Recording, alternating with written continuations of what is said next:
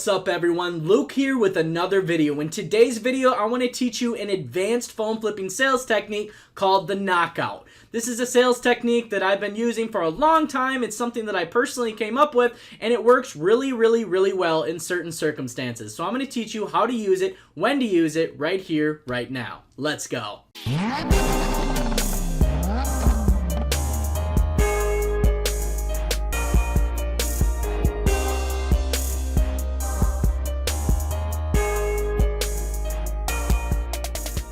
Everybody, Luke here. So we're going to talk about the phone flipping knockout sales technique that works every time, and it can yield you a lot of extra profit on flipping phones depending on the circumstances. So I'm going to give you a real story that actually happened and how I use the technique and why it works. So basically, I had a customer reach out to me that had a Note 5. This was a little while ago, but this specific story where I use this technique stands out so much because it just works so well and it went absolutely perfect. And it's just a wonderful story and example to kind of showcase how this technique works.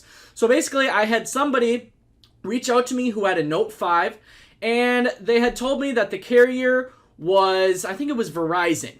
And I had asked them, basically the conversation or text conversation was going normal, how it should and everything. However, I knew just by the initial asking price that the phone was probably either financed or it was going to end up being bad ESN, or they just weren't going to pay it off, whatever the circumstance may be. So basically, I asked the customer a few questions through text and everything. Now, I knew up in my head, that's why this is called the knockout technique, because we are catching the customer completely off guard. For anybody out there that loves to play chess, you're probably going to like this sales technique. It's kind of like playing chess 2 steps in advance. People out there who are really good at chess play chess 2 steps in advance. Me, myself personally, I absolutely love chess. Used to play it all the time when I was younger, and I always try and play 2 or 3 moves ahead. It's very hard to do, but it gives you a big advantage if you know how to use it. Same thing with this sales technique. You have to know how to use this. Otherwise, if you make the wrong move 2 steps ahead, you could completely screw up the whole thing. Same thing with chess. So the conversation at this point is going normal with the customer. I've talked to them. They've got a Note 5. It's for Verizon. Just by the initial price, I'm assuming that it's probably financed or it's going to show up bad ESN. However, I know this up in my head, so I keep this knowledge to myself because this is important stuff. I know that the phone is probably going to have a balance owed on it, but I don't want to tell the customer that. I don't want to spook them with a low price. I don't want to throw the deal out. Because, see, not a lot of customers realize that when you don't pay off your phone, they end up being blacklisted or they end up being bad ESN, or you can't use them until the customer completely finishes paying off the bill. So I quoted the customer and I told him that I was going to give him, I think I told him I'd give him $150 for the Note 5. Now, I was assuming that it was going to be clean ESN. At least that's what I portrayed to the customer.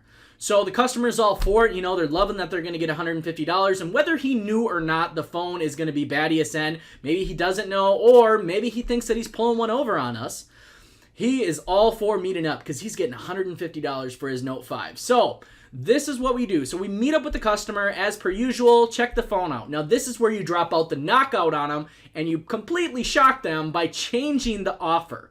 Now, before you change the offer, you've got to have the phone in your hands and you've got to be checking the phone. You want to run the IMEI. Don't do this to people if the phone isn't actually financed or bad ESN. You don't want to just intentionally screw customers over or just try and gyp them down when you've already agreed to a price.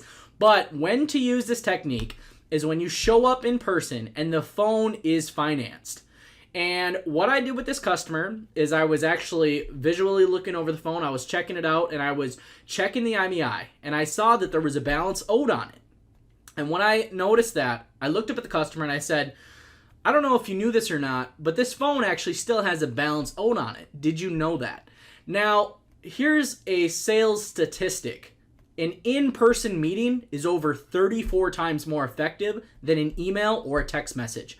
So you never ever want to try and crush a customer's price by telling them their phone's junk or financed or not paid off over text, because it's so easy for them to just reject you when you're not there face-to-face.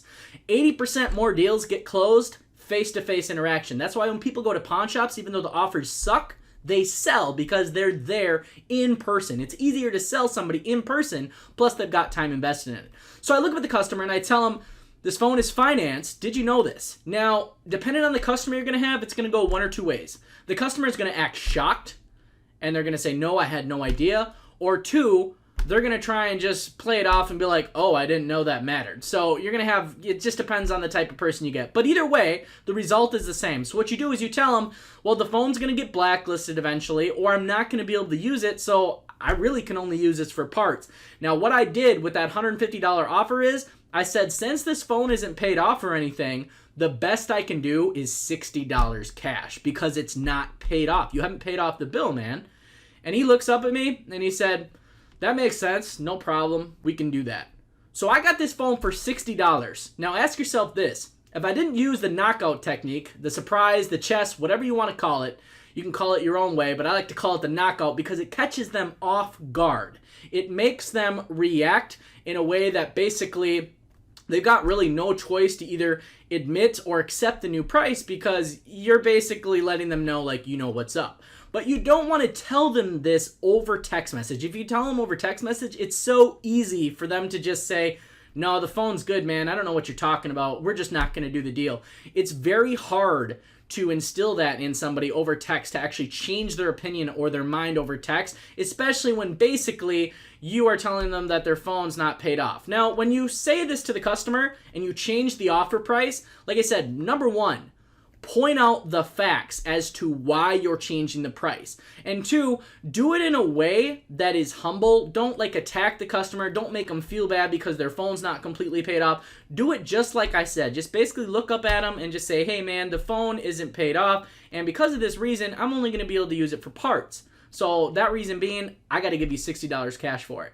Now, this ended up basically selling for, I think it was $149.99 that night. So I made $100 profit all by implementing this one little strategy.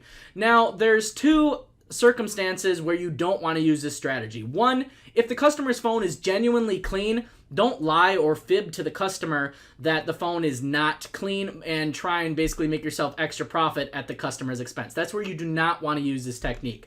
Two, don't use this technique on a customer that is a regular customer and you kind of have a general idea whether the phone is going to be clean, bad ESN, financed, or whatever the issues they may be. You don't want to use that on your repeat customers because they've kind of already got their lingo down with dealing with you and they know what to expect. And if you haven't been doing that to them, well, you don't want to just kind of ruin a relationship with a repeat customer. But for brand new customers that you have a really good idea that the phone is going to be financed, give them a clean IMEI price before meeting up. Don't ask them for the IMEI or anything.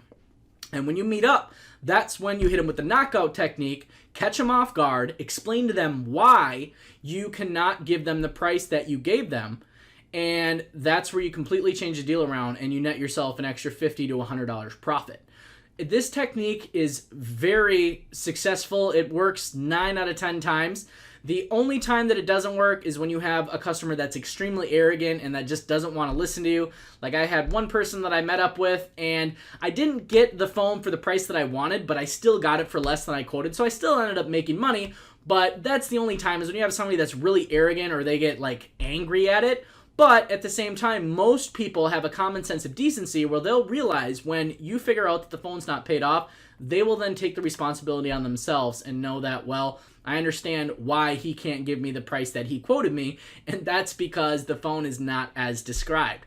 So if you guys use this technique, especially on brand new customers that you kind of have a very good suspicion that the phone's going to be financed or there's going to be issues with it, like I said, it's playing in advance. And it's kind of an advanced technique because you have to kind of get basically the psychology of the conversation or the text and kind of figure it out. It's kind of a guessing game, but once you get good at this, I mean, when you've been flipping phones as long as I have, I've been doing this 7 years, I can talk to a person for around 3 to 5 minutes and I can pretty much call it whether it's going to be financed or it's going to be paid off when I get there in person.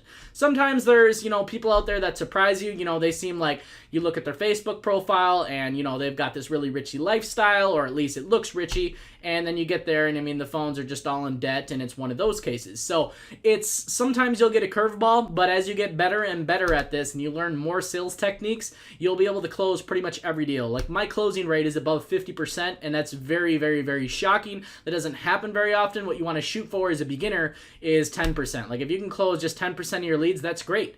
And you know, if you've only got a 10% closing rate, the best thing to do is just generate more and more and more leads. But I close just about everybody that I come in contact with. But I've been doing this for 7 years, and one of the other good things to do with this technique is be a chameleon. You know, blend in with your customers, make sure that your personalities kind of match in theirs, kind of, you know, basically when it comes to texting, phone conversation, etc., just kind of match what they're throwing down. You don't want to be overly this or overly that. You want to blend with them almost like, you know, you're vibing with them, like you're basically almost their friend, and just kind of come at them at a clean, humble, neutral way. And it works pretty much every time. So if you guys apply this method, you'll probably end up making anywhere from an extra $50 to $150 per phone, depending on how much the actual price was.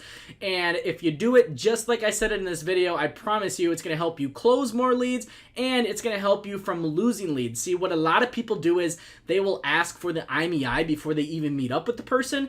And then what happens is, since it's over text and it's not face-to-face communication, the person just dips because, hey, it's a text message. You know how easy it is to ghost a stranger that's trying to pay you cash for your phone? Extremely easy. People do it all the time to people that they like, not even just strangers like us. So keep that in mind when you try and get too much information or do too much digging over text. Sometimes people might find that invasive, or they might not like it, and you might actually scare the lead off. So sometimes it's better to drop the knockout on them right there, then, and in person. Shock them with the information, then bring them down on the price, bring them into reality, let them know, hey, this is kind of how it has to go because this is the situation with the phone.